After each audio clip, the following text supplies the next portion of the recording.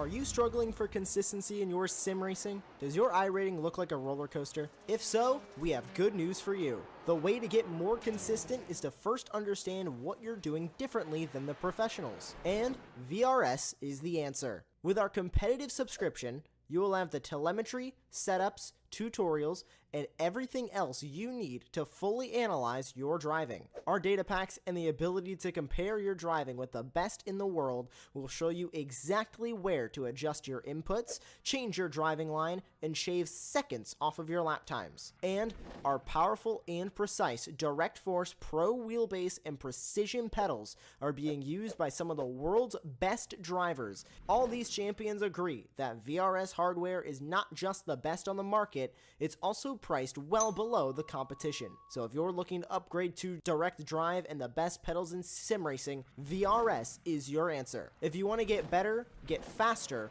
and make it happen sooner rather than later, you owe it to yourself to find out why so many people are switching to VRS. You'll be so glad that you did. Visit www.virtualracingschool.com and learn why the best use VRS.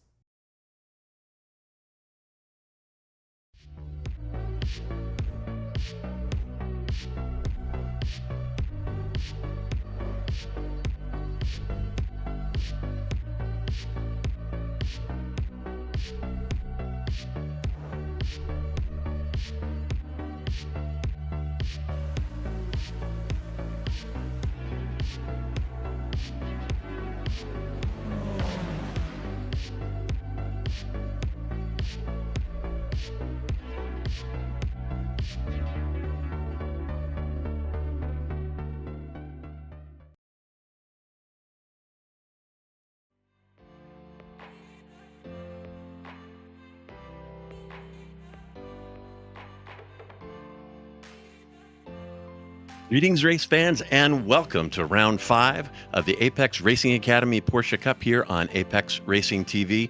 JR Gregory here on the call, sitting in for Sam Fitzpatrick. And you Fitz fans, don't be having fits out there. Sam is going to be back with you next week.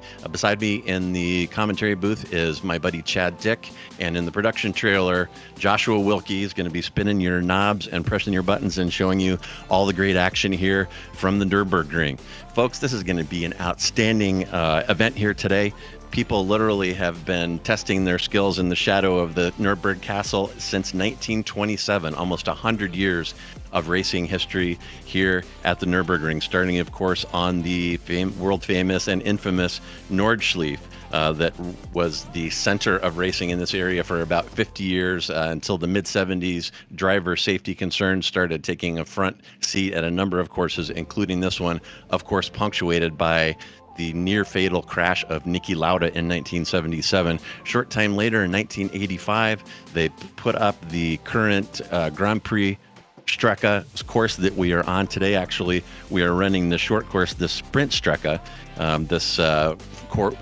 This track is host to WEC, F1, Touring Car Championship, and private motorcycle and passenger car track days. It's a fantastic track, and it should put on quite a show with these vehicles here today.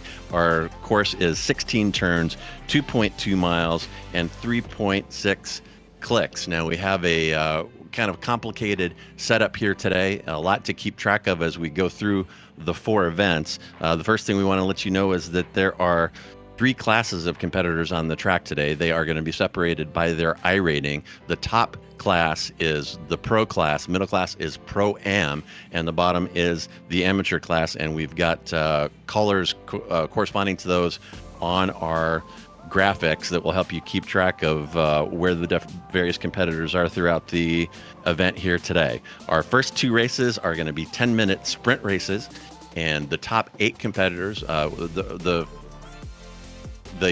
field will be 16 cars. The top 8 of each of those races will be move on to our feature race at the end, which is 22 laps. There is a 14-minute consolation after those 2 heats. The top 4 cars there will advance to our final 22-lap feature. And Chad, this track has some challenges for these 992 Cup cars. We're going to see some heavy braking zones in cars with, of course, without ABS, without traction control. We're at round 5 here now. You've been watching these ARA competitors all season long. What are you expecting as we grid up for the first heat race? Well, we're going to see a very different race than we did last week, which was kind of the Porsche Cup equivalent of an oval at Watkins Glen. It was a speed train the whole time. This is going to be passing opportunities in almost every single corner. Highly technical, lots of passing zones, lots of really tight corners where it's going to be difficult to go too wide. So I think this almost feels like the sum of many of the tracks we've already been racing. A little bit of Hockenheim in here. We got a little bit of, fast straights from Watkins Glen. So I think we're going to see a little bit of everything here. It'll be interesting to see how clean the racers can keep it, because this thing just invites a lot of passing and side by side. Indeed, it does. And my question is, I'm going to be quite curious to see what happens at the frequently derided NGK chicane at the end of the back straight. As a driver, I've always felt the abrupt, super low speed nature and high curbs of that chicane kind of break up the flow of an otherwise pretty good flowing track. How do you think these Cup cars are going to handle that area? And you think we're going to see any passing attempts in there? Only the bravest will attempt a passing attempt there. That is a tough place to go too wide, and if you hit the curb, it can really push your car in or out. So I think we're going to have to watch and see whether they avoid the curbs or go for it. All right, we are on the starting grid now. Lights out. Costa will take off from his pole position. He is going to maintain that position, it appears. Although, looks like Rudinger might have edged him out here. And apologies, I am not getting a very smooth video here on my end. Looks like it's Rudinger from Costa from Bjernheld going into the first corner, and we already have some action here. We've got a spin. Don't know if that driver had help there going through RTL. What'd you see there, Chad? Yeah, I'd say generally speaking, that was a pretty clean start. That is a tough first turn to take in these cars on cold tires. I'd say they navigated turn 1 pretty well. We saw one spinner there going through the mobile curve. But they seem to be lining up and starting to settle into this race. Yeah, indeed. And we've got still Rudinger is maintaining his lead here. He's got about a 0.4 second gap ahead of Costa, who leads Bjernheld by 0.8. Faria, Kunzer, Kos, Sedgley, and Madsen are your top 8. If the race ended right now, of course, those would be the 8 cars that would move on to the feature race at the end here. Here we are riding along with Costa coming into that problem area I was discussing earlier. How much curb are these cars going to want to take? And we have 2 cars that have blown that chicane on cold tires here in the early going. Very, very tough to haul these Cup cars down from probably the fastest part of the track there on the back straight to set up for that chicane. Yeah, that final chicane is all about brave braking. Like, how late do you want to wait? I found in practice when I was running with these guys, I kept having to move my braking point back just to make that corner. So it doesn't surprise me to see 2 or 3 cars taking the escape route there. And we're seeing Klist here, and it looks like those 2 cars may have come together out of the Warsteiner curve here, which is turn 7 on the short course. And I'm not sure if we're going to see the subsequent action at the chicane here. Gotcha. So here we are riding along with Costa. This is the cut through that makes up the short course here on lap 2 now of 10. And Costa trying to reel in Rudinger. He's got some work to do.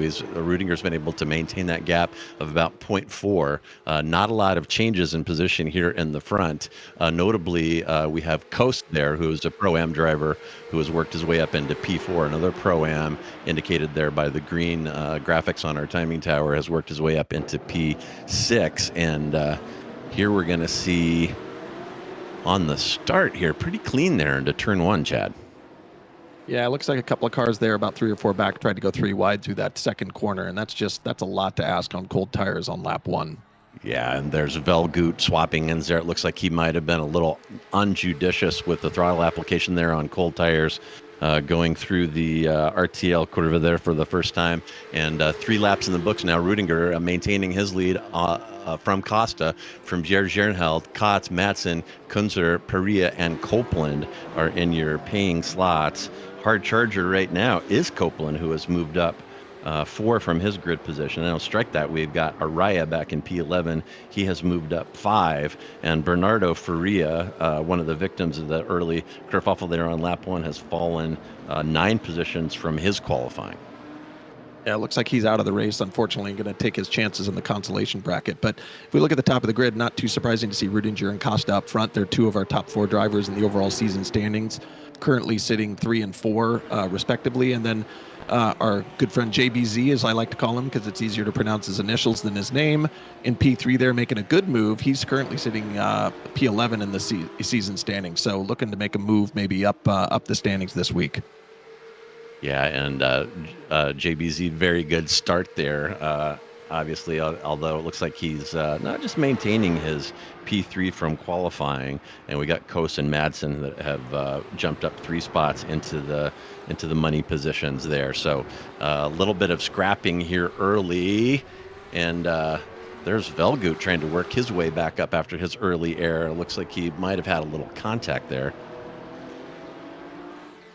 Yeah, I think we have yet to see anybody go too wide through that chicane and come out cleanly. Somebody's either taking the escape route or getting bumped off on the left there. So hopefully they'll learn their lesson. They'll learn to maybe line it up single file and find a better spot to overtake. And there's Kos. Looks like Kos got the better of Kunzler under braking there into turn 1. And Kos is up 2 positions from his grid position. Right now we're riding along with him. Looking at Madsen now, has got about 4/10 up ahead to Madsen as he looks to improve his lot even further. Tell us, Chad, you've been keeping track of the festivities here for 5 weeks. How's Kos been performing, and do you expect him to be in striking distance of a podium before this one's over? Yeah, I think he's certainly sitting in a good spot to make the top 8 cut. I'm not surprised at all to see Madsen make the move and get past him there. That's kind of been his running in the race, the last 3 races since he joined the league. He's a former champion, and I think if history is any indication, we tend to see the fields in these qualifying heats sort themselves almost by class. So I wouldn't be surprised to see guys like Kunzer and Felgut start to put some pressure on Kos. But he's still got a few spots behind him to maintain that position to make the 8-car cut. So I'm guessing he's gap managing and doing his best to make sure that he makes it into that final race. Yeah, and speaking of gaps, Kos has definitely developed a decent gap behind, although I'm seeing it dropping now. I'm not sure if Kos had a problem there, but he was riding about a 2-second gap ahead of Kensler, and that is now got down to close to a second. Oh, it's building back up. Here we are seeing Rudinger now, JBZ in P2, Costa in P3. No change there. And looks like we just had a change in position there between Velgut and Pereira, maybe. Also looks like Kunzer just overtook Kos for P5. So now we've got top 5 positions all held by pro class: Rudinger, JBZ, Costa, Madsen, and Kunzer. Okay, yeah, that was kind of a quick change of position because, as JR was saying, he had a gap and then all of a sudden it disappeared. Yeah, here we are riding along with Kos now in the heavy braking zone on the entry to turn 1. Let's see what happens here. Yeah, looks like he just washes out, goes wide, and that, of course, will allow Kunzer a wide open door to take that position away from him on the inside. Kos, though, still looking good to make the feature race. He's sitting in P6, 5 laps in the books and 5 remaining. They're now looking at Pascal Costa, who is sitting in P3 currently. Got a decent gap both ahead and behind. And at this point, Chad, are you looking to improve your position and make any moves, or do you just want to do gap management and make sure you're still in that top 8 when the checker flag flies? Oh, I think there's still a few drivers out here looking to improve their position. The guy I've got my eyes on right now is Sedgley, sitting in P9 just outside the cut to make the feature. He's one of our Pro-Am drivers and currently sitting P3 in class for the season standing. So I have to think that he is looking to improve on that. So making the feature on the first heat would be the way to do that rather than having to fight it out in the B final. Yeah, and he is definitely sniffing around behind Velgut here, and you got to think that these folks are aware of the drivers around them and what class they're in. He may smell blood in the water there with Velgut and wants to take that final advanced position P8 away with 4 laps remaining. Yeah, I think that's the position that's really in play between Pereira, Velgut, and Sedgley. You look at the gap between those three drivers, and as we just saw, it takes one little wobble, one bobble, one missed braking point, and the next thing you know, you're looking at somebody's bumper rather than seeing them in your rearview mirror. So it's going to take some clean racing for the remainder of the minute and a half we've got here in this first heat to protect those positions. So it'll be interesting to see how they play it out. Oh, for sure. And that's one of the features, I guess you could say, of these sprint races.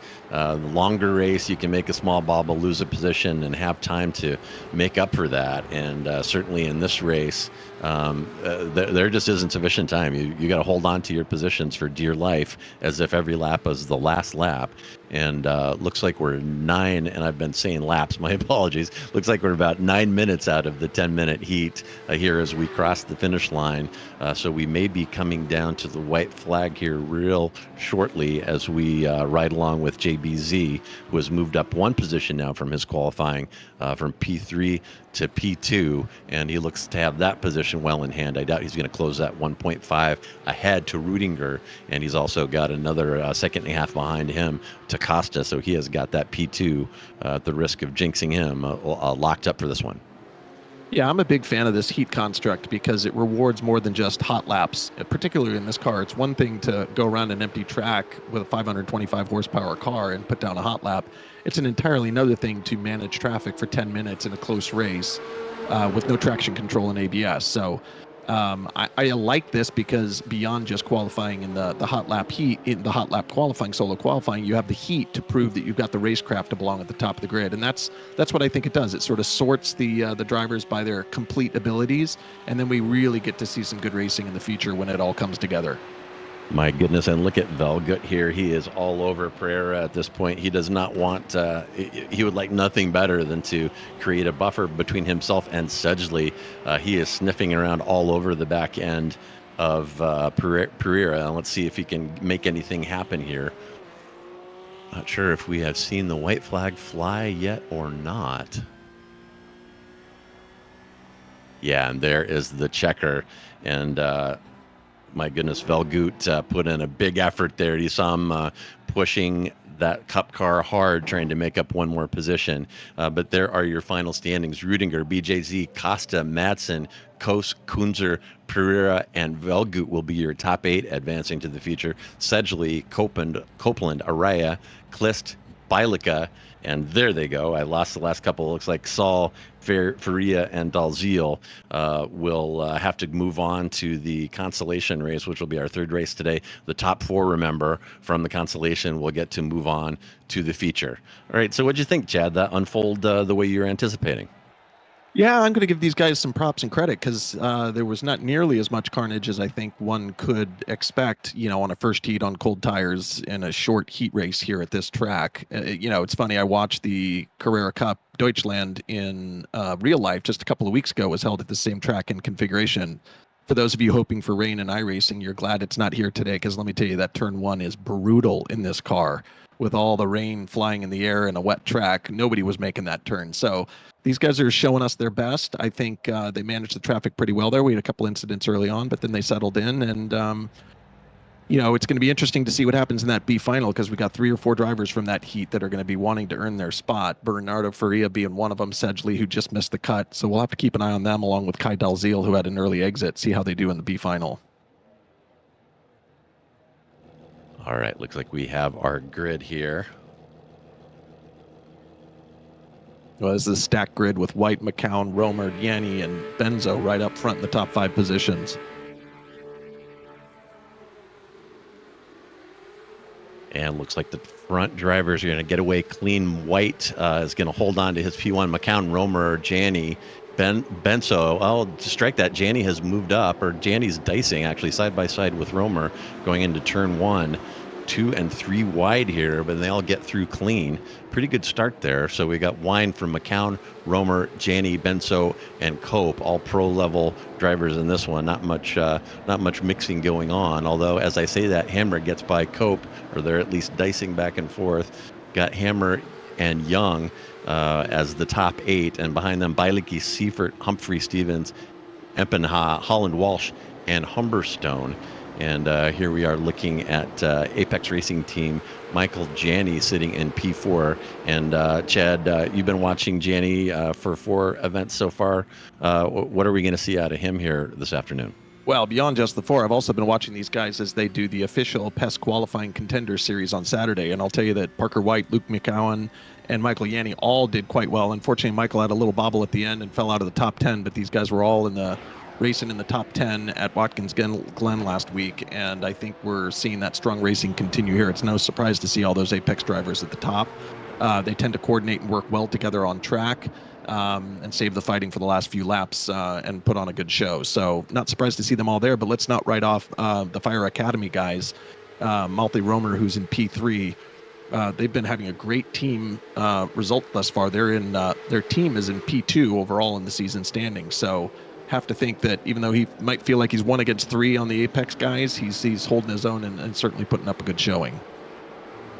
Yeah, and our top runners here staying very close together. Our top 5 within a second and a half, as you see that train forming through the RTL Corva. And looks like we had an incident here. And we'll back up and ride along with Philip Hammer in P6. See if he went around on his own or had any help here. That's him in the 260. That might have been a little nosy help there, just through that goodness. curve. Yeah, and I'll tell you, Chad, to me it looked like Hammer might have been a little hot on entry there, and the car behind, I didn't catch that number, but the car behind might have followed him in a little too hot, resulting in lockup under braking and contact there going into my favorite part of the track, that brutal NGK chicane. Yeah, I think that was Aiden Young from the Fiercely Forward team who just got into him a little bit there. It's unfortunate. Aiden's been having a pretty good streak in the last few races with some really solid, strong performances. So he's now going to have a little bit of a recovery drive to try and make that top 8 cut, or take his chances in the B final coming up. Riding along with Empanada now as they round the final corner onto the front straight. That is turn 11 in this configuration. Looking at Stevens now with Empanada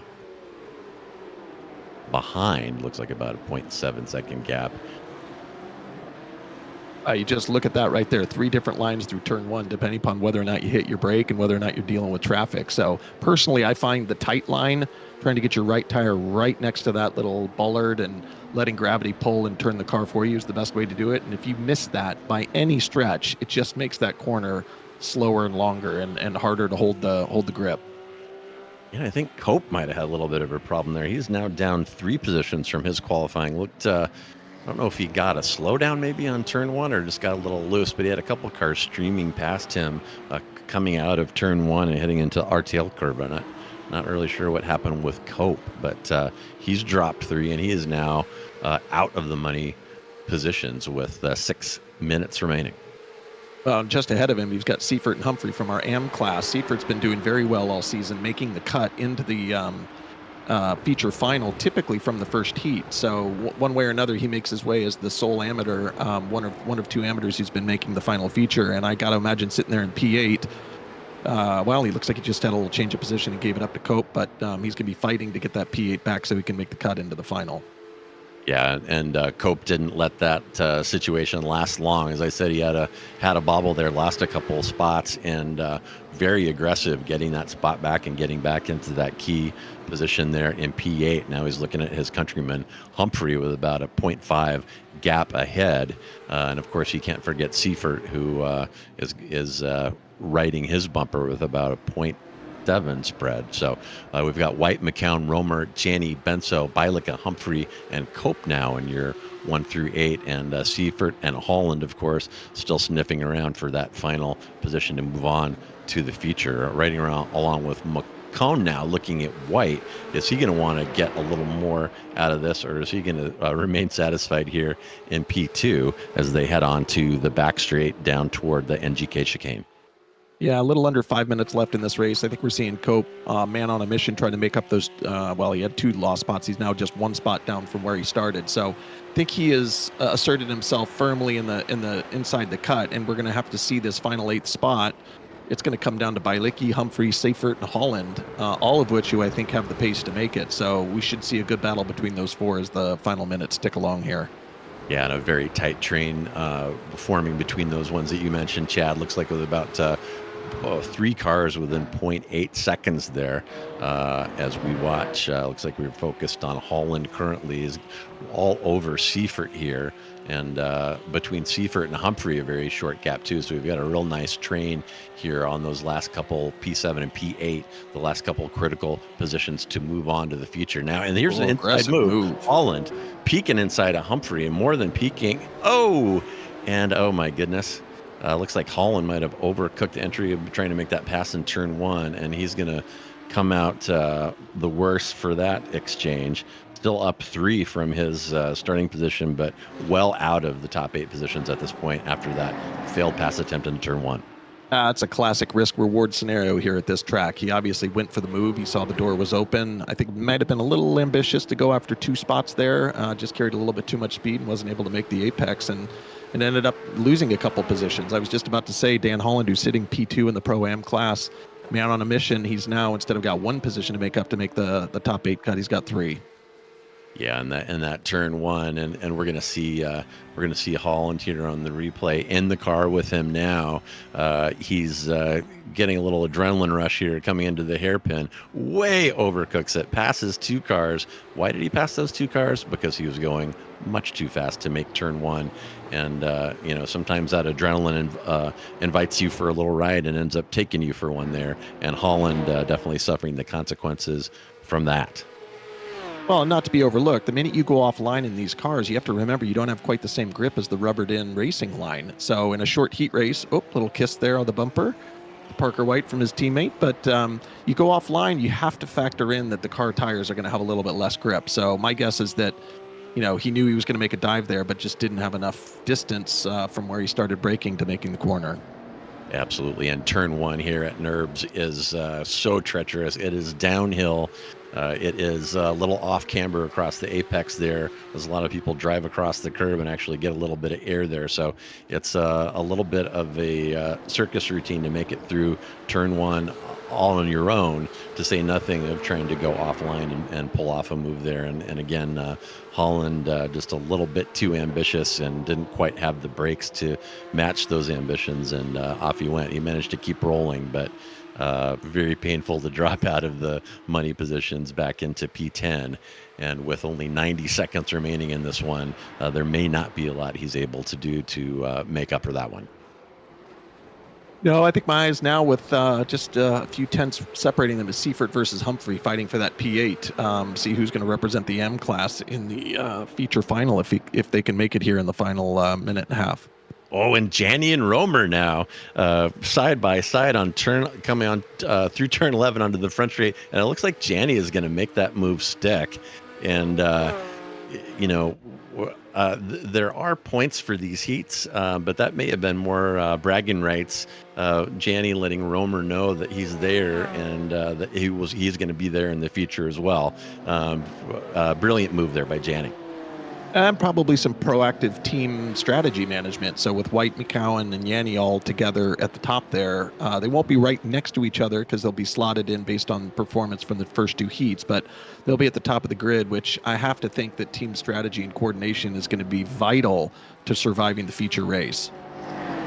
And we've got to be on the white flag lap at this point with only 20 seconds remaining. You see Seifert here is sniffing around the back of Humphrey. He's got about a 0.5 gap and an entire lap to make something happen here. He's going to get a run down the back straight and see if he thinks it's a good idea to make that ill-advised move that we've been talking about into the chicane. Meanwhile, Bielicki is going to squeak past Humphrey. They're still side by side. And some great racing here, folks. And if you're enjoying this, you're seeing some of the best esports drivers in the world participating here in the Apex Racing Academy Porsche Cup. Don't forget to hit that subscribe button. We got all manner of excellent drivers, excellent tracks, and excellent races here on Apex Racing TV. So hit subscribe, get those notifications so you don't miss anything, because this is just a taste of what we have here on Apex Racing TV. And the checker is flying qualifying. We were on the white flag lap there. Looks like Seifert not able to close on Humphrey. It gets it down to 0.3, but not enough to move into the top 8. So your money positions, McCown, White, Yanni, Romer, Benso, Cope, Bilica, and Humphrey. And meanwhile, Seifert, Holland, Stevens, Young, Empanada, Hammer, Walsh, and Humberstone will move on to the consolation race, which is our next race here. And if we have a second, Chad, how's everybody doing here in the championship standing so far here in round 5? Yeah, so after round 5 in the pro class, our top 5 drivers are Parker White, Michael Yanni, Leon Rudinger, Pascal Costa, and Malte Romer, followed by Mario Velget, Matteo Kunzer, Roger Christensen, Luke McCowan, Manuel Scoli, JBZ, Nick Madsen, Thomas Cope, and Bernardo Faria. So that's our standings in Pro-Am. We've got Aiden Young, Thiago Perea, and Kai Dalziel take the top 3 spots so far, but it's a tight race in the top 5. So you got Igor Kos and Corey Lazarus right behind them.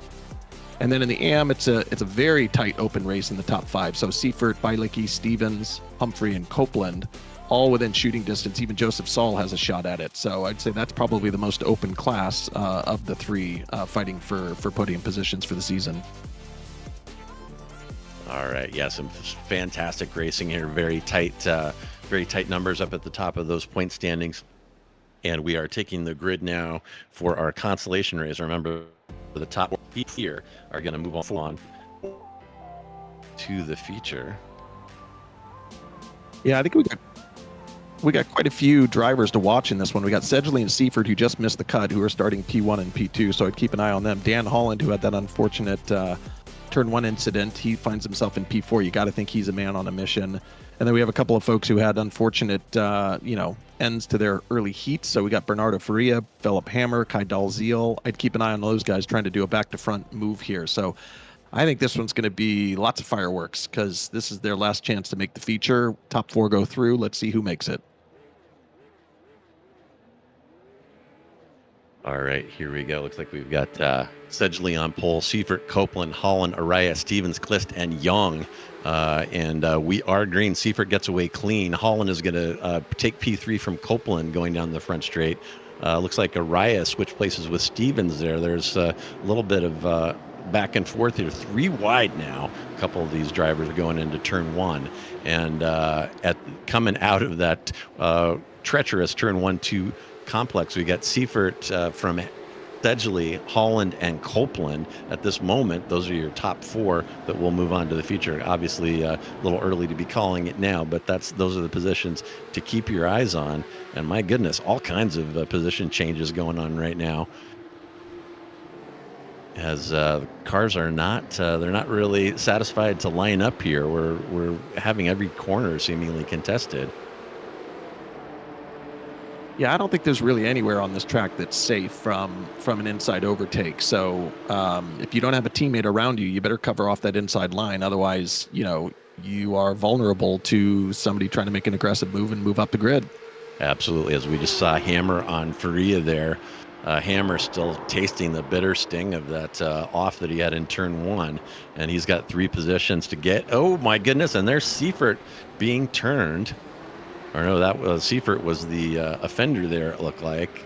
We're seeing that same incident again. Multiple cars off now. My goodness, that braking zone into that NGK chicane is ceaseless, causing incidents and problems here. We've got 3 cars now taking tows back to the pits after 1 trip through that NGK chicane. Wow, that hurts. Yeah, it looks like it's the end of the day for Espadina, Dalziel, and Humberstone, unfortunately. That's just, sometimes that's racing. The dice don't roll your way, and they've unfortunately had a couple of early exits from the heat in this consolation. So we'll have to keep an eye on the top. We got Bernardo Faria, who's making a move into the top 4. He's challenging Aiden Young right now for that 4th spot to make the cut into the final. I have to think that he's not just going to go for that 4th spot. He's going to see how high up the grid he can make and recover from his unfortunate early exit from the A heat. Oh, and no sooner than you say that, he is going to stick it to the inside of the cut through there on the sprint track, and he is going to make that stick. So he's taking that position away from Young. And Young not giving it up, though, right on his bumper now, about 0.1 behind. and see if they can get through this lap cleanly.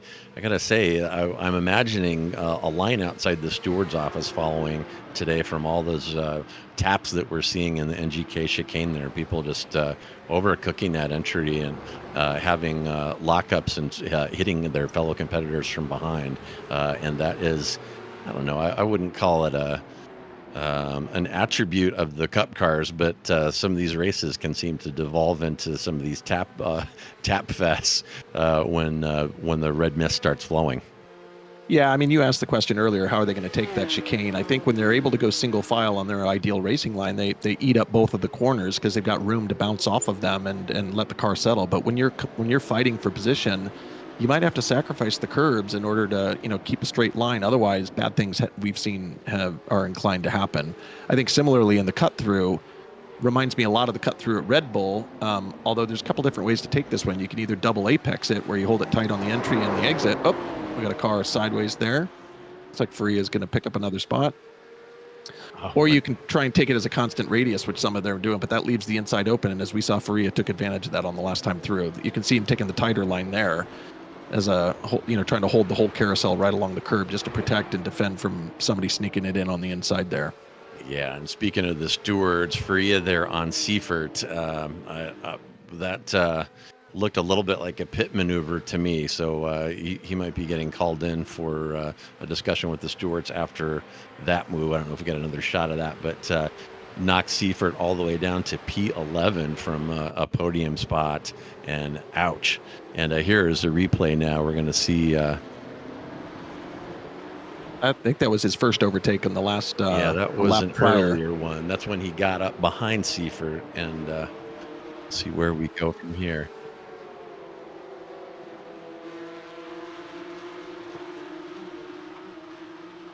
Well, he's up 11 spots to P2 at this point, so man on a mission, obviously trying to, I think, maybe take the podium and see how far up the starting grid he can make for the final race.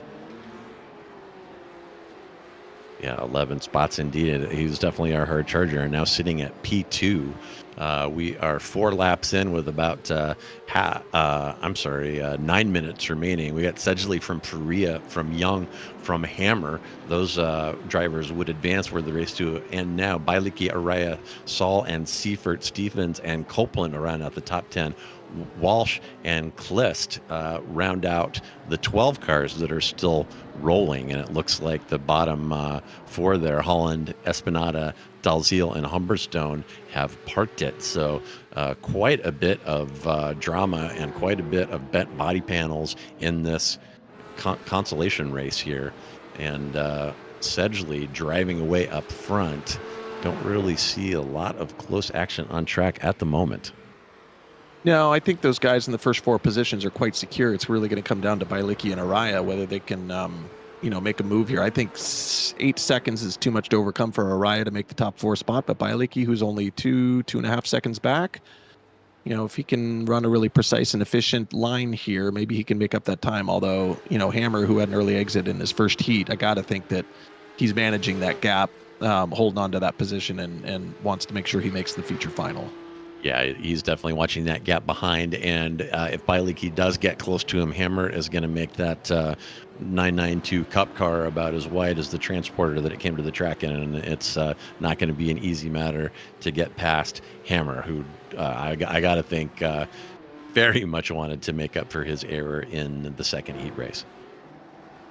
This section we're seeing them drive through here, I'm quite surprised we haven't seen any incidents in there because it's so slick, that mobile section, that mobile curves, the Mercedes Arena section of the track there. If you get offline just a little bit, it opens up on the inside, and you sometimes see people stuffing their nose either as they're coming down through that big carousel or as they're looking to make that sharp right-hander. Haven't seen any of that yet today, so I'll be curious to see if that's a place where somebody decides to make a move later on or in the future.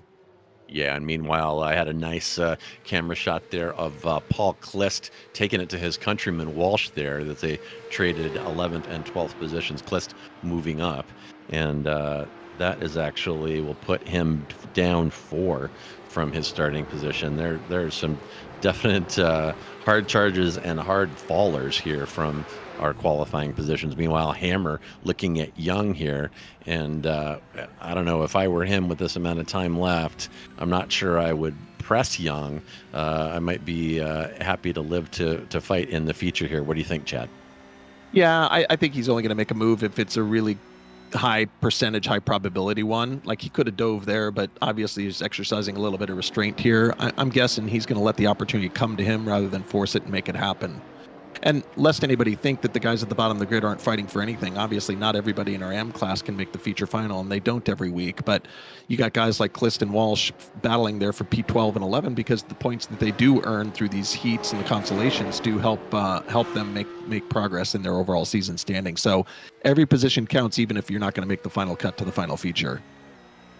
Oh, absolutely. And you see here, you got to wonder if Cleast and Walsh are buddies away from the track, because they are still scrapping here as if they're fighting for P1 and P2.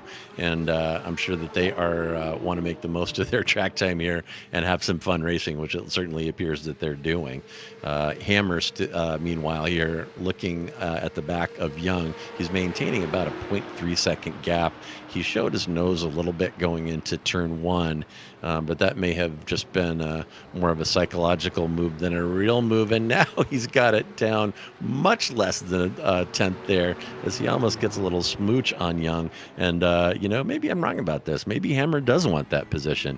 He's got about 5 minutes remaining, and I guess we'll have to see what he is going to do. This is about the closest interval that we have on the track currently. Yeah, I'm a little surprised. It's a very racy posture. He's not getting a lot of pressure from Bilecki behind. So my only thought here would be, because it's not a difference in class between these two. Both Hammer and Young are in the same class. Maybe it's just bragging rights within class. Maybe he's thinking about how high up can he go based on his placement and standings here in the final feature, and just trying to improve his grid position in the feature by moving up a row or two. So maybe those thoughts are factoring in, but you definitely want to be careful and not cause an unforced error here, either a solo spin kind of thing, or, as we've seen, slight tap of the bumper in some of these corners can easily spin the car in front. So just got to be careful racing this close. And Chad, you mentioned the grid positions for our 22, or I'm sorry, lost my mind there for a second. No, for our 22 lap feature at the end, and how are those grid positions set based on the outcome of these early heat races? Yeah, it's based on your position in your qualifying heat. So just in the same way that they do from the open qualifying, where the odd numbers all go into one heat and the even numbers go into another heat, they'll do the same thing based on finish. So P1 with the better time ends up in P1 in the final, and then P1 in the other heat with the we'll go to P2 and so on and so forth. So it's a little bit of a shuffling of the deck, but obviously the faster and the higher up you go, the better your position will be in that final grid. Gotcha. And here we have Seifert looking inside of Saul there going into the chicane. We were talking about that, and I may be wrong about this, Chad. That may be the first successful overtake that we have seen there that didn't involve paint chips or bent body panels. No, but he probably had his, little sweat dripping down his forehead there. That is just a very brave place to overtake, because you got to coordinate with your fellow driver, and you got to hit it just right, because it's just it almost feels like one of those places where more can go wrong than could go right. Yeah, for sure. And I also have to imagine with these drivers, kind of limited number of slots available in this event throughout the season. These drivers are well familiar with each other, race and practice together all week in preparation, and I imagine that pretty high level of trust here between the drivers as they line up to go side by side and execute some of these passing maneuvers. Yeah, that's certainly true. I think that you start to learn each other's tendencies between class, those who are within your class, who you're competing on with points, but also keep in mind that many of these drivers compete in the official PES qualifying series, so they get another chance to race on track in that series. And then I personally see quite a few of them in the iRacing public lobbies for P Cup. So I think between the three, there's quite a great degree of familiarity between all of the different drivers. And that can help and hurt, right? So you might be able to anticipate what a driver's going to do and make a move. But on the other hand, you might be able to keep it safe if you know that a particular corner in a particular place isn't the best place to try and make a move on one of your fellow drivers.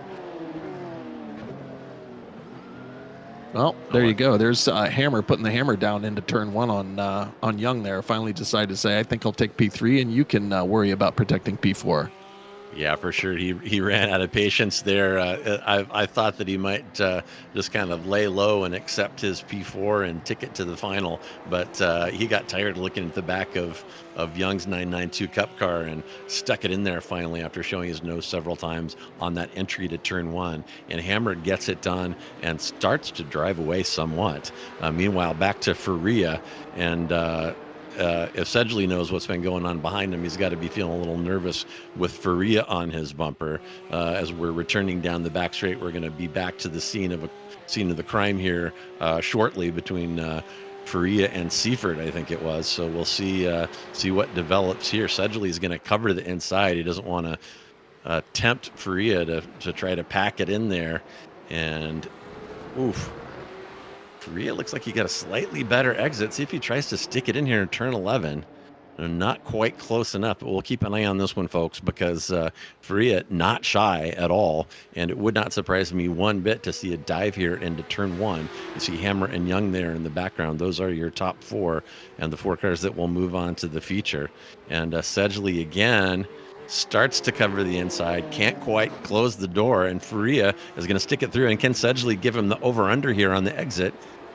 Almost. It looks like Faria is going to hold him off. Wow, and that is 12 positions up for Faria from his qualifying position, notwithstanding any potential penalties that he may accrue. As I said, a couple of those moves didn't seem particularly clean, but I'm just sitting here in the broadcast booth. I am not a race official, thankfully, but Faria has moved into P1 after a hell of a drive, frankly, to get all the way up there from his qualifying position of 13. Yeah, I wonder if what's happening there in the top two positions is actually factoring into Hammer's calculus, because he's looking now sitting in between two fellow classmates with Young behind and Sedgley ahead. So now it really is kind of a battle for bragging rights and ego between the Pro-Am drivers there in 2, 3, and 4. I think with Faria, challenging Sedgley there, he might have been thinking to himself, gee, if there's a bobble or a mistake in front, I better be in front of Young to be able to capitalize on it rather than sitting behind three drivers. So that may have factored into some of the aggression that we saw there from Hammer to go ahead and take that P3 so he could put himself in a position to either take advantage if something happened ahead, or now he's probably got his sights set on Sedgley and thinking with, I think we're here. I think we're going to see the checkered flag, so he's not going to make up that position. But, still, obviously trying to improve his standing as best he could through the time that was available. Yeah, and that checkered flag did sneak up on us a little bit there, as the top four, now top five, have crossed the checker. It's going to be Faria in P1, Sedgley second, and Hammer will round out the podium. Young will be in P4. That will move him to the 22-lap feature, which we will get to here shortly. Bielica just outside, actually substantially outside the top 40, is about 9-second gap. Araya, Seifert, Stephens, Copeland, and Saul round out the top 10. Then it's Klist and Walsh, 11 and 12, and last among your runners. And Holland, Espinada, Dalziel, and Humberstone have retired due to a pretty rough and tumble consolation race here in the B race. Yeah, I can sympathize with those guys there at the bottom who didn't quite make the cut. This is a love it or hate it kind of track. You can do really, really well here, and sometimes it can bite you. So for me personally, it's a little more the latter than the former. I don't have as much luck here. I find this to be a very difficult track to overtake when you're against match competition. So, this is a bit of a roll of the dice track. You can't always guarantee, that the fast guys will always end up in front. I think Watkins Glen was a little bit more predictable. You saw the fast guys jump out in front, and then they were able to hold their position, either playing defense or coordinating with teammates, and that's a lot harder to do here. And it seems to me, Chad, and I'd like to hear your thoughts on this, that the short track, the sprint track, kind of takes away some of the strengths that these Cup cars have by getting rid of the Schumacher S, getting rid of some of the higher speed sweeping corners, and having everything really dependent on hard braking and kind of squirt and go between a bunch of slower corners. It doesn't really seem that these Cup cars are really well suited to this layout. Yeah, but in the, if you look at the overall mix of the tracks for the season, I think we've got a nice mix that are going to bring out these drivers' ability to drive these cars in any track conditions. So this is obviously a more competitive, technical, twisty-turny track, and it requires a great deal of skill to be able to muscle this high horsepower car with no driver assists along the way. particularly with this high level of competition and caliber. So I do think that it's a good test for these drivers in this car, even though, as I said last week when we were in the peak up at Watkins Glen, I sort of feel like that track and that car combination were built for one another. It's just pedal to the metal. Let's show everything that this car can provide, even if it is on the short configuration of that track. Here is a little bit more of a complete driver's challenge. So, I do a lot of golfing. This reminds me a lot of, how the U.S. Open tries to choose its venues. They try to choose the venues that are going to be the most complete test of a golfer's ability. And I think that Nurburgring, in many, many respects, with all the different configurations they can offer here, is a great place to showcase how complete a driver one is, not just a hot lapper. Yeah, well said. And as we watch them go through some warm-up here, just a quick reminder, Apex Racing Academy is a sponsor of this event. And Apex Racing is not just about these fantastic broadcasts, folks. We provide an add-on to your VRS subscription, all the features that you're accustomed to from VRS. We have personal one-on-one and group coaching, telemetry, hot laps, and setups. So if you would like to take a shot at extracting an extra 1 or 2 tenths from your lap time, go ahead and add Apex Racing Academy to your VRS subscription and get that done today. We'll make you faster.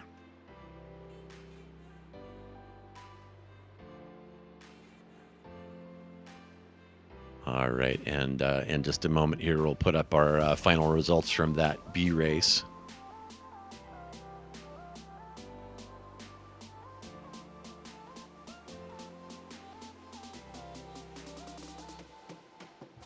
And little technical problem there. And I don't think that is correct. Well, in any event, we are, Okay. Yeah, there's some, I see some smoke rising from the production trailer over there. I hope Josh is okay, but looks like we had a little bit of a glitch on our graphics there. Meanwhile, warm-up is winding down here. Take a look at the track conditions. Not a roasting hot track, but not super cool either, 34 degrees C. And we were going to get underway here momentarily for our feature race. Remember, it is a 22 lap feature. It's not timed like the previous ones, and our grid positions, as Chad explained, will be based on alternating the results from our earlier heat races and Consolation. So the top 8 from each of the heat races and the top 4 from the final Consolation that we just saw are going to grid up here and take up the 20 grid positions for our feature race. And the grid is coming together right now. I can show that to you here short. Yeah, this is a stacked grid. Our top 5 drivers are Leon Rudinger, Luke McCown, Julian Bier, Zernheld, or JBZ as we like to call him, Parker White, Pascal Costa rounding out the top 5, followed by Michael Yanni, Nick Madsen in P7, Malte Romer in P8, Igor Costa is going to be P9, and Laurent Benzo rounding out the top 10. I think any of those 10, depending upon what happens here, has a chance at certainly a podium and maybe even the victory here. I'm going to keep an eye on our Apex guys who are kind of split apart every couple of drivers. Luke, Parker, Michael. Can they come together and coordinate, or are we going to see teams like Fyra, Impulse keep them apart and make this more of an individual battle here? All right, lights are out, and Rudinger looks like he is going to maintain his P1 heading down into turn 1. It's going to be Rudinger, JBZ, and McCown dicing back and forth here a little bit there. See who comes out of turn 1 ahead in that pairing. We got cars 2 and 3 wide through turn 1, and rounding the RTL Corva here. No incidents and no contact so far. Very clean start to the beginning of this one. It's Rudinger from McCown, from JBZ, White, and Jani dicing there with Costa. Jani moving up into P5 now. Costa, Romer, Kos, Kenzer, and Madsen are your top 10 here in the early going as we go through the cut through here for the first time. And looks like Kunzinger is getting a little pressure from Madsen there, who was making a move on the inside of that cut through, being a little impatient there. And there's Kunzer off. Kunzer has gone off there, and we'll see if we can get a replay of that. It sure appeared to me like he had some help there, Chad. Did you see what was going on there? Yeah, very aggressive move. Again, that's back to my point about if you don't want somebody to stick their nose on the inside, you better cover it off, because particularly earlier in the races, they're nose to tail like this. If you leave the door open, somebody's going to stick their nose in there, and I think there just wasn't enough room for two cars. And we're showing Velgut there. I think he was the perpetrator of Kunzler's off, and now Koss has been knocked off of that chicane there, man. If Looks like Thomas Cope also went off track there going into the chicane. So, quite a bit of messiness there coming into that chicane. Yeah, I think here we're going to see the move on the inside here from, it was Kunzer. Sees a little door open, moves inside, and then gets, unfortunately, caught on the back right fender.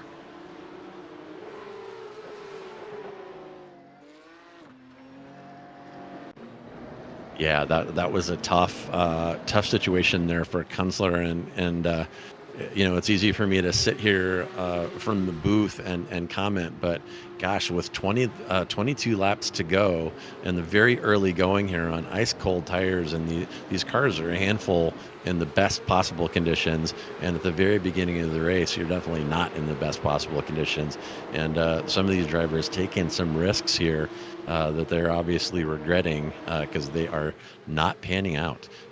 Chad, you spent a lot of time in these cars. Track like this, how long does it take to get your tires up to temp? Oh, easily. I think, in the comfortable range, 2 laps. These guys might have some techniques for warming up a little quicker than that on the first, but I think that you have to drive the first 2 laps with a little bit of caution, knowing that as we've seen, either another car tapping you or hitting a curb or getting offline and losing a little bit of the grip. It's really easy to lose the back end of this car in the first couple of laps. And of course, that's a double-edged sword. If you're in the field and you know that your competitors are being cautious, there's a temptation to take advantage of somebody else's caution and roll the dice and stick one in the inside. As Chad pointed out, there's numerous places on this track where that opportunity arises. And here's Benso going inside of Velgut there into turn 1. Speaking of that, but it's risk reward, and with 22 laps is a pretty long race to end up in the barrier or worse. That looked like some unfortunate net code right there going through that corner, but a great save. Yeah, may have been a little contact there with Benso. I'm not sure who the other car was there. Yeah, I have to say that, throughout the season thus far, we're 4 races into this 5-race season. 5 races into the 6. We haven't seen a whole lot of, brutal netcode incidents, which is a good thing. And I say that because we've got drivers from all over the globe here, so lag can be an issue.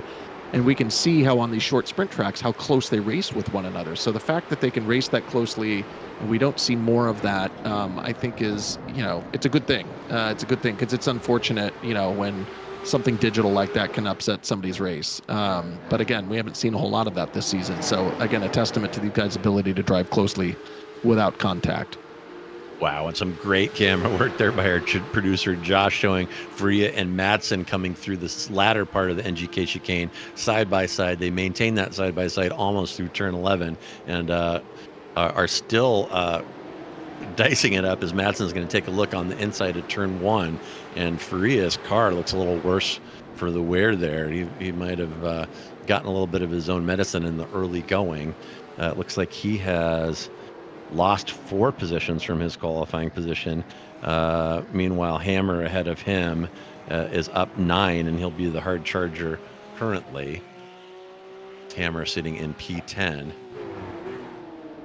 Yeah, this is excellent camera work. I think what we're seeing here from Josh is very typical of these cars. When you're the chasing car, a lot of times you'll take the wider line and go for the over-under with all of these twists and turns. We saw that quite a lot last week at Watkins Glen. I think we're seeing it very much on display here with the different lines that Faria is taking behind Madsen. He's being patient. He's sort of lining himself up for the outer line on entry so they can kind of cut back and try and take the inner line once they come on the exit. Hasn't yet worked out, but I think we're going to see quite a lot of that at this level with these cars and this kind of a track with so many twists and turns. And folks, check out those great SDK graphics there. If you notice the intervals, the red and orange intervals on the timing tower there show cars that are very close to each other inside 0.5 or so. And this is a packed field. Not much.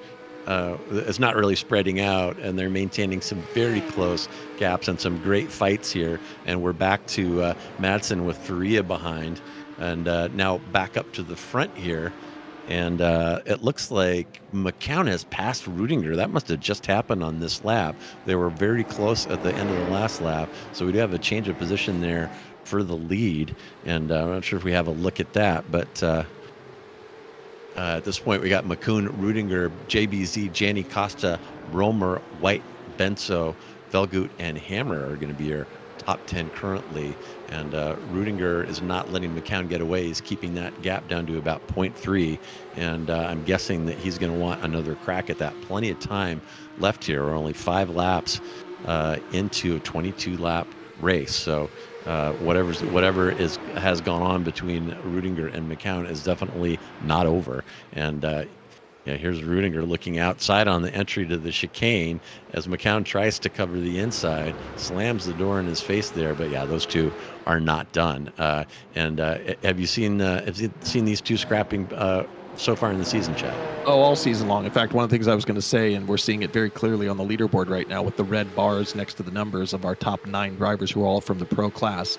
This is a perfect illustration of how this heat-structured format with the Consolation ultimately leading to the feature has a way of sort of separating the wheat from the chaff and sorting these drivers by their overall ability, as represented in this case by their iRating. There's a high degree of correlation between the finishing spots in these feature races and where people stack up in the different classing and iRating. So these 5, 6, 7 guys at the top have been fighting together all season long. I'm looking at the leaderboard, and if I'm Hammer, I'm sitting there going, I got Madsen and Faria behind me. They're going to want my P10 position.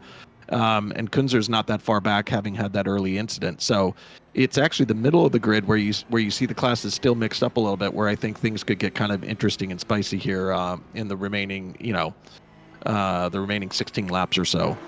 And speaking of spicy, JBZ putting a big move on Jani there into turn 1 and is going to take that P3 away from Jani. He's got, I think, teammates Jani and Costa sniffing around behind him now. But for the time being, JBZ has secured that P3. Yeah, this is what's different from what we've been seeing so far this season, where the drivers from the same team are not clustering right next to each other. So if JBZ's off. Oh yeah. There's a problem there. JBZ fallen from 3 to 7. Not sure what happened there. It looked like something around the area of the chicane. He might have overshot that entry and had to take the shortcut. But just like that, JBZ falls out of the podium down to P7.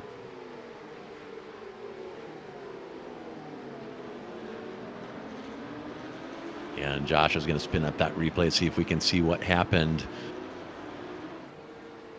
to JBZ out of P3.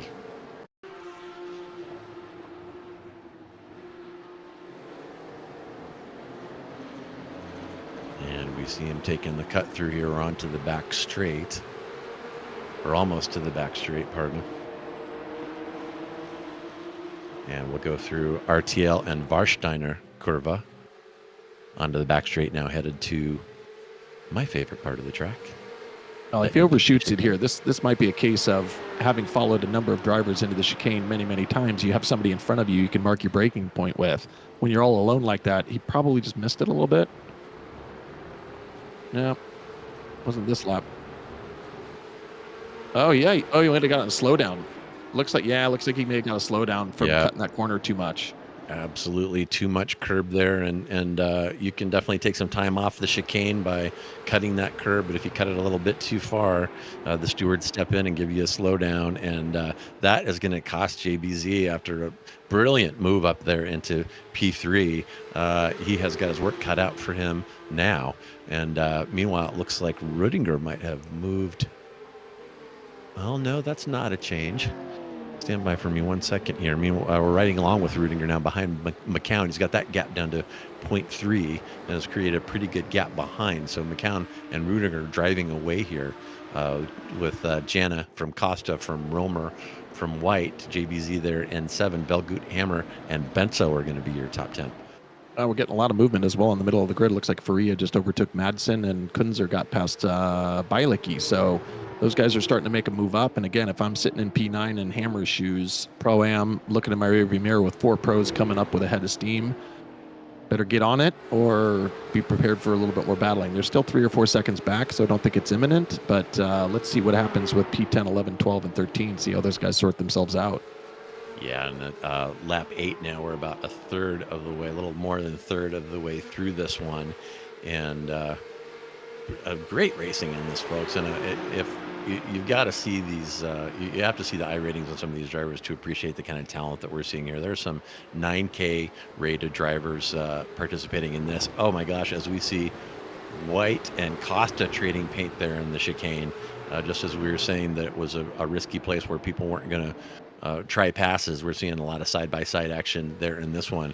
But to continue my point, there's some 9K rated drivers here. These are some of the best esports drivers in the world, and what a treat to cover these races and to watch these guys dicing here at the Nurburgring. Yeah, I'm looking at our top 5 right now.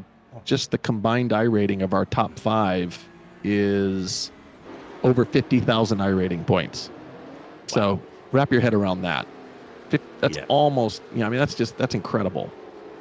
That is incredible, and you know, for me personally, that's about, you know, I'm hovering around 2K, and if I were on track with these guys, I'd probably be about 5 or 6 seconds off of their pace. They are the reflexes that they have, the car control skills that they have, the consistency and precision that they drive these cup cars with. They are. They are aliens in the true sense of the word. It looks like we have a Thomas Cope incident we're going to go back and look at here. Oh.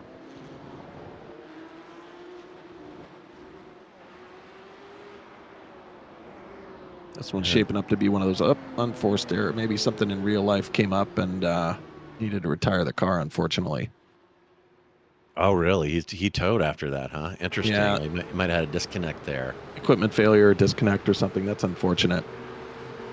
Although, you know, the people tend to complain about connectivity issues and netcode and stuff in iRacing, but at the risk of exposing my age, I can remember playing Doom over a modem when I was in college. So to see these cars on track together, competing with each other from all over the world is nothing short of a miracle in the ancient era that I came from. And McCown, Rudiger, and Janney still dicing it up there up front. Looks like Rudiger is going to squeak ahead, maybe, if he can make it stick. And this dicing back and forth between McCown and Rudiger has allowed Janney to reel them both in. And these three are not going to be done with each other. Yeah, I think Rudiger's got his hands full here because these two guys from Apex, teammates, they are going to be working together here to get around him. And I have to tell you, little touch, good recovery, another touch. Rudiger's probably feeling a little beaten up right now, but I have to tell you, getting through that section 2, 3 wide like that, do not underestimate how impressive a car control that is in that section. That is such a slick part of the track. You know, again, a little touch of the bumper there or too much brakes or too much throttle. It's so easy to turn the car, and to see them get through that with such close battling is really impressive. Yeah, and I got to say, I feel for Rudiger a little bit there. I mean, I guess he could have slammed the door, as Chad suggests, and not leave that invitation open. But quite a bit of contact there as McCown just kind of stuffs it through with Janney behind him in tow. Now it's McCown, Janney, and Costa on the podium with White, Rudiger, Romer, Velgut, JBZ back up to P8 after his bobble. Hammer and Benso will round out the top 10. And Chad, what do you think about that pass? So do you think that was clean, or would you have an issue with that if you were in charge of enforcement in this event? Yeah, I'm going to say, given this level of competition in this track, that one struck me as more of a racing incident than something that maybe, you know, is going to earn the ire of the stewards. Maybe a warning, because there was a little bit of contact there and he did get unsettled, but car didn't go off track. He didn't spin. There was no damage. I just think that that's a function of really hard racing. He probably was feeling a little bit like, how many of these Apex guys do I have to fight here in one corner? Because I think he took on all 3 of them in that little cut through. But again, just good hard racing, and you know, that's the added layer, particularly at the pro level, between individual and team coordination racing. So another layer to watch as this race unfolds. Yeah, and I think that's a fair assessment. When drivers get up to this level, it's kind of a let them race attitude, I suppose. And I think we just saw a pretty good move there of by Romer on Velgut, if I'm not mistaken. And looks like Bellica got Madsen there on that lap as well. A lot of action here, and the grid really not fanning out as we've seen it in a couple of races prior. And we're going to cross the line here for lap 12. And we're going to see McCune, Janney, Costa, White, and Rudinger as your top 5. And look how close those cars are. My goodness, what a fantastic grid and tight racing that we're seeing today. And there's Velgut and Romer dicing. Looks like Velgut is going to squeak through there. Yeah, it almost looked like BJZ 's Romer slowed up there a little bit coming out of the Yeah. turn. I'm not sure if he had an issue or it just didn't quite look right to me. Yeah, Romer definitely off pace there. 2 cars went through. Benzo and JBZ getting by Romer. I'm not sure what his issue might have been.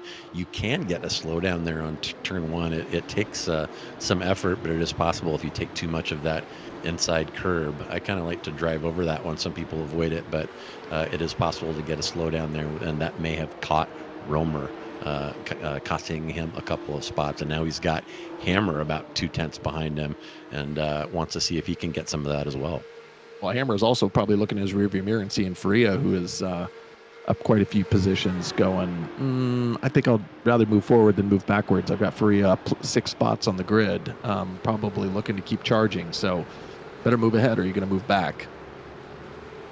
Yeah, when you see Faria behind you with his special bumper mounted, shall we say, Faria not at all shy about taking the smallest of gaps. So you got to think defense, and as Chad said, if you leave that door open with these numerous inside passing opportunities here at Nurburgring, somebody more often than not is going to be sticking their car in there. And a little bit of contact can result from that, and cars can turn, as we have seen. So a lot of door banging in this one here at the Nürburgring. Yeah, I'm also keeping an eye on White and Costa up there in P3 and P4. It'd be kind of interesting to see if White can get by Costa, because then it's going to open up that old adage, if you're racing against teammates, beat your teammate, but don't wreck your teammate. So I'll be interested to see if team orders are go ahead, gloves are off. Let's see these 3 guys who've made their way to the top duke it out, or are they gonna just lock the points in and lock out the front podium with an apex sweep? We'll have to see. Yeah, and team orders often are accompanied by comm failures in my experience. So there could be a little bit of that involved as well. I'll have to see what unfolds. But yeah, you're right, Chad. It's be interesting to see if these guys decide to hold station or improve their position against teammates. And lap 13 now, we've got about 9 remaining as we're quickly moving through this one, riding along with Romer now, looking at Benzo and JBZ. Benzo sniffing around JBZ's bumper here as they're heading into the turn 11, the final corner before the front straight.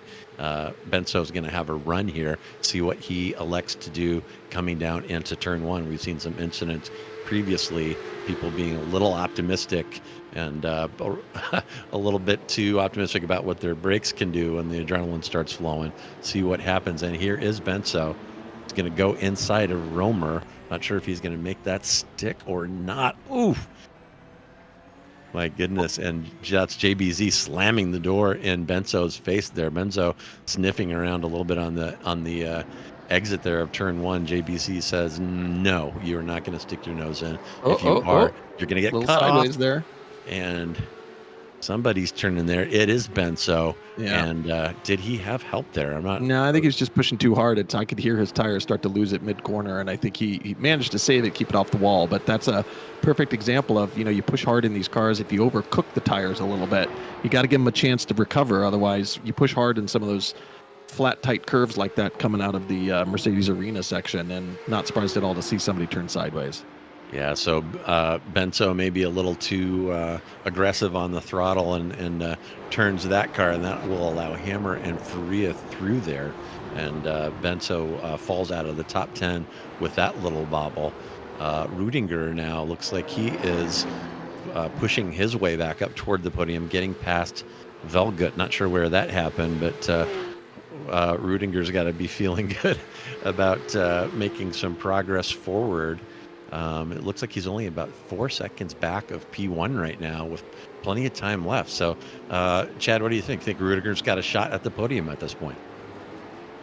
Well, it's hard to say. I'm looking at the whole timing tower, and really interesting thing is happening here. If you look at the top 15 positions, roughly speaking, it's about 15 seconds that separates all the drivers from the beginning to the end. So that means there's a 1 second gap on average between all of our drivers, which is well within draft range. Not that this is a draft track, but if you look at what Kunzer and Faria and Rudinger are looking ahead, if people start to battle, it is not hard to close up a gap. So I think given how tight the field is from 1 to 15, really anything can happen. And if somebody makes a mistake or a couple cars come into it, you can pick up 1 or 2 positions pretty quickly here. And I got to imagine that's factoring into how people are positioning their cars.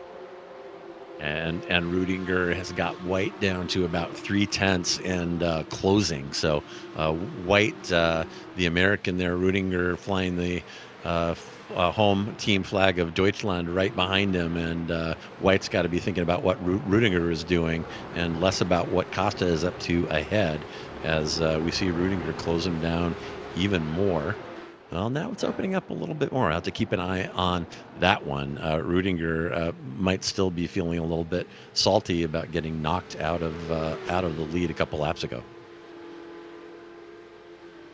Yeah, I was thinking to myself when, if Velget can get in front of Rudinger, then will we start to see a little bit of coordination between teammates Costa and Velget? I can't imagine Costa is going to want to back White up into Rudinger and put White. It just bring Rudinger into play there into P3. So he's probably playing defense up there and trying to stay ahead. But wonder if he can help his teammate Velget out, who's a couple of spots behind. We'll have to see.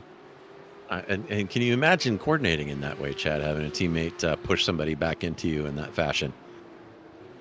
I don't think you have to deliberately do it on this track, but if you stop pushing, it's likely to happen. So, it's just, are you going to stay in mode push all the way to the end and risk, maybe pushing too hard on the tires? We saw what happened with Benzu, who unfortunately now has ended up into the pits.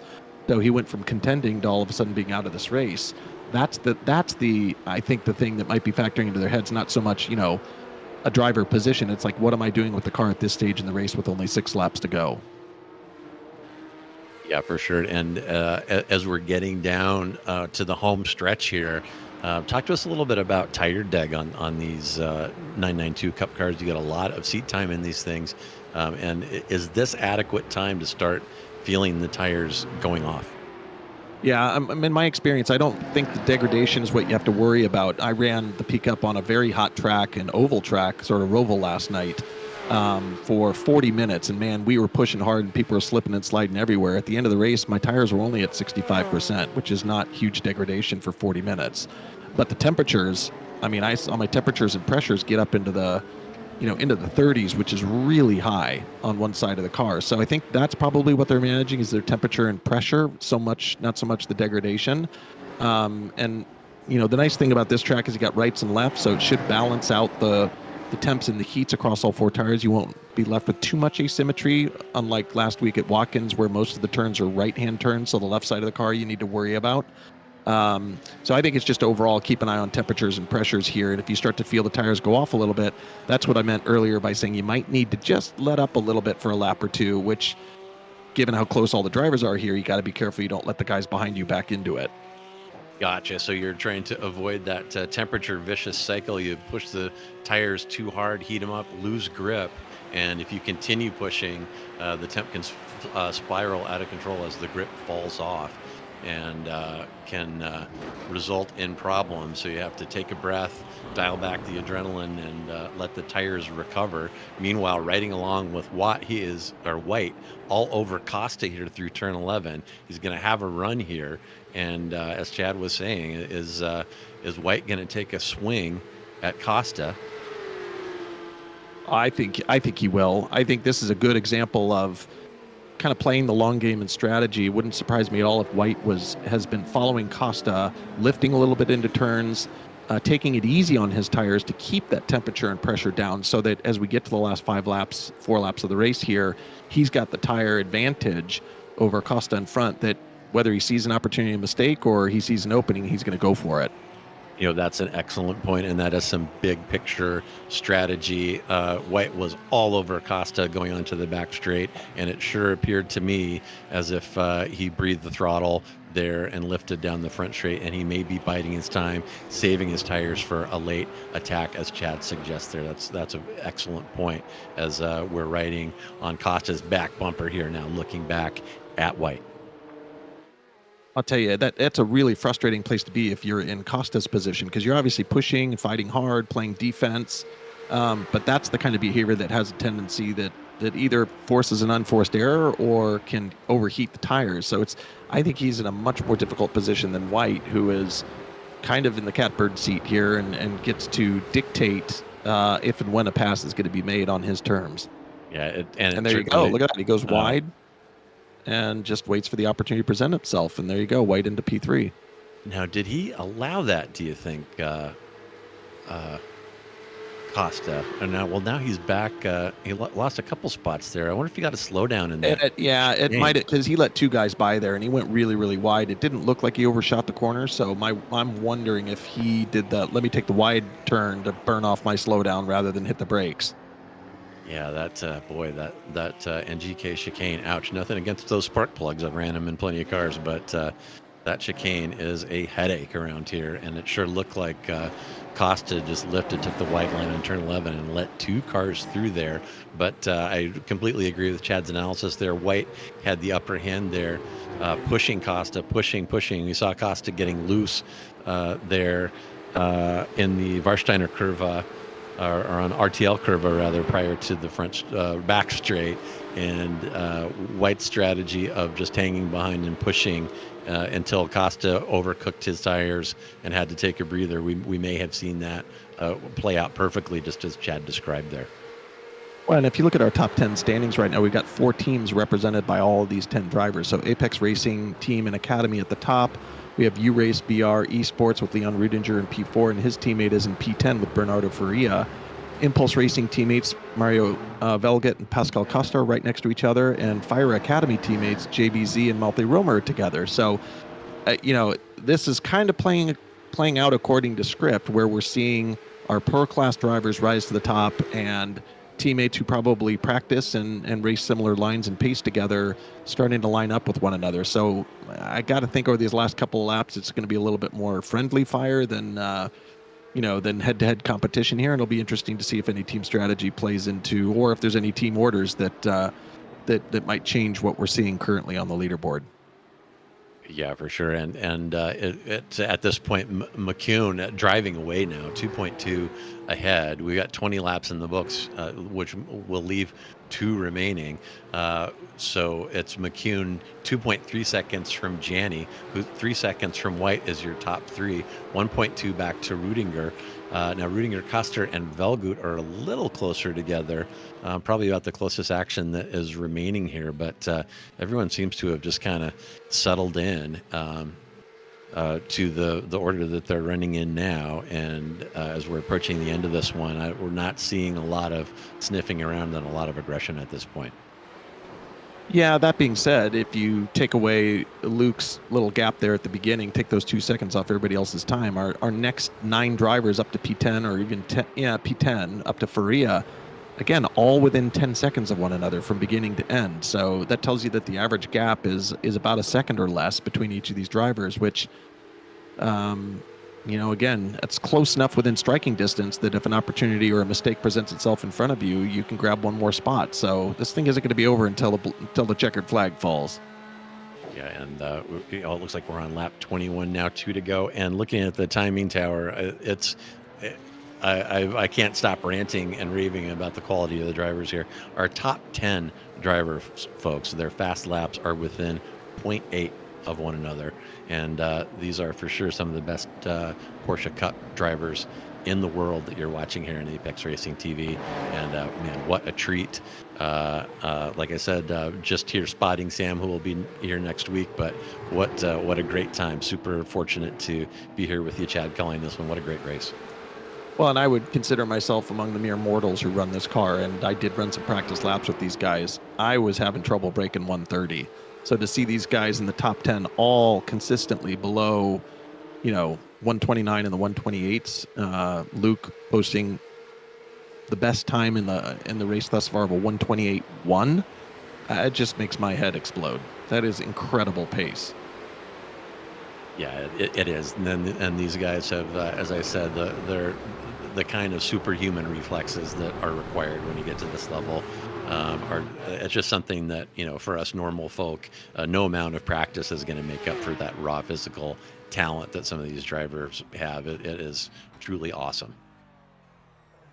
And we are on the white flag lap now, riding along with McCune on lap 22. And as Chad said, he is our hot lapper today, 128.11. And that is about 5/10 ahead of the second fastest man on the track, Janney. So McCune has just dominated this one and is definitely showing his stripe. So as we complete the last get down to the last lap, it's McCune from Janney, White, Rudinger, and Costa are your top five. Velgut, BJZ, Romer, Hammer, and Kunzer will round out the top 10. Bilicka, Young, Sedgley, Madsen, Kos, Humphrey, Perea. And looks like Faria, just as I was about to call his name, is showing in the pits. He might have crashed out just as I was about to call his name. So that he will be the third car out, following Cope dropping out about 13 laps ago, and Benso as well. And catching a whiff of a replay here. Faria coming back out. Wonder if he got a drive-through. Oh, you know what? He may. I don't have my incidents on my timing tower here, but he may have gotten a drive-through penalty there. Interesting. We definitely saw him create some contact and a few 4Xs at it pretty quick. Not sure what the incident limit is here, but and there we go. McCune is going to take the checker, and really never in doubt, especially once the top couple of cars push Rudinger out of the way. It's McCune, Janney, and White are your podium for the final for round 5 here. Rudinger, Velgut, Costa, BJZ, Romer, Hammer, and Kunzer are the top 10. Bilicka, Young, Sedgley, Humphrey, Kos, Pereira, Madsen, Faria, Benso, and Cope will come across or not come across. He's probably at the pub at this point. But that is the end of round 5 here at Apex Racing Academy Porsche Cup. So what did you think, Chad? Did that unfold about how you were expecting? Yeah, I mean, I think in the end, the standings are very much reflective of the overall championship standings and people's iRatings and of course team coordination. I think you called it there. You got to look at a guy like Mario Velgut, who was up 10 spots in the feature from the pro class. Certainly a contender for driver of the day in terms of hard charger, but I'm also looking at Philip Hammer, who might get my nod for driver of the day because he also was up 10 spots. But if you remember, he had a real rough heat qualifying situation. So he gets both, hard charger and recovery driver of the day for me, and holding his own there amongst his fellow. Well, he's in the Pro-Am class, but all of the pro drivers that were around him. That's no small feat to finish in the top 10. Yeah, and that was a great showing from Hammer for sure. And the lesson there, kids, is don't put your head down, especially in a situation like this where you have a chance to bounce back. Plenty of chances in this series.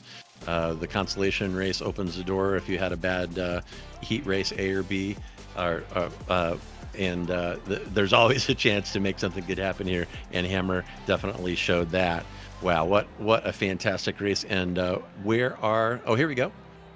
Here are the final results here in pro. As we said, McCown, Janney, White, Rudinger, and Velgut are the top 5, followed by Costa, Romer, Kunzer, JBZ after losing some paint and body panels there during the course of that one. Nick Madsen, Faria, Benso, and Cope. Those are your pro final results here. And looks like our AM results, we had one car. That's possibly the case. If only one AM driver got through. Humphrey, I guess he gets both first and last in AM. And there's our Pro-Am grid: Hammer, Bilicka, Young, Sedgley, Pereira, and Kos. So again, Hammer bouncing back, and he's going to take P1 in his run group there in the Pro-Am group. So, Chad, you said this is week 5 out of 6. Where are we headed next week, and what are you expecting there? Well, we're off to Imola next week, and that'll be the final of the 6 Series race. So I think it's going to be really interesting. Obviously, not a short track configuration. It's going to be one to watch. I think it sort of feels like all of the different track configurations has been leading up to a grand finale at a big Formula One track with a lot of history and lots of stories to be told. Oh, for sure. And Imola will be a test of these cars, and it strikes me as the kind of course that will kind of create a love-hate situation for these 992 Cup cars. There will be some high-speed, fast corners that these cars are excellent at, and there will be some of those kind of painfully slow chicanes with high curbing that these cars can struggle over. So it'll be an interesting mix of conditions there at Imola. And again, folks, all you Fitz fans out there, Sam Fitzpatrick is going to be back to join Chad for that final weekend's broadcast. I am J.R. Gregory here, and on behalf of myself, Chad Dick, and Joshua Wilkie in the production booth, thank you for tuning in to Apex Racing TV's presentation of the ARA Porsche Cup. Don't forget to subscribe to Apex Racing TV. We've got excellent top shelf racing every night of the week, at all times of the day or night. Subscribe to our YouTube channel and make sure to get those notifications so you don't miss out on anything. And Wednesday, happy hump day, and enjoy the rest of your week.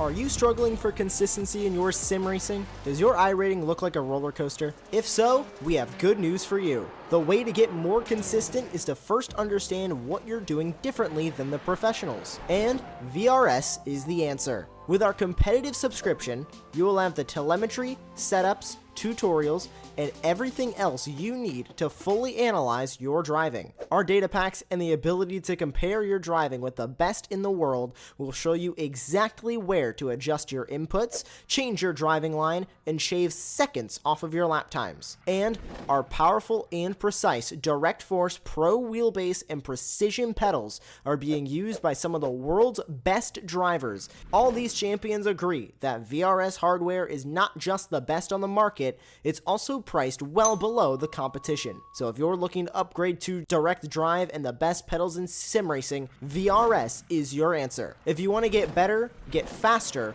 and make it happen sooner rather than later, you owe it to yourself to find out why so many people are switching to VRS. You'll be so glad that you did. Visit www.virtualracingschool.com and learn why the best use VRS.